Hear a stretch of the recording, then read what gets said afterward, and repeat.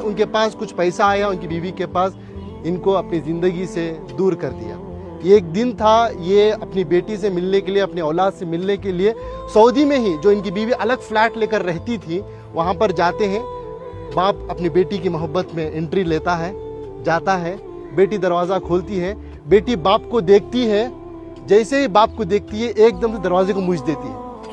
एक तमाचे की तरह इस मरहूम के चेहरे पर पड़ा। ये मैं नहीं कह रहा हूँ, ये इनकी खुद की ज़बानी है। मरने से पहले, कुछ दिन पहले इन्होंने इस वाक़े को बताया है। इसके गवाह हमारे इनायत साहब है। कहाँ है? हाँ, ये है। ये बता ये रहे हैं कि सऊदी से दिल दुखने के बाद, दर्द मिलने के बाद, बेंगलुरु के एक टॉप एरिया में, एक बिल्डिंग में एक मैनेजर के तौर पर काम करते थे।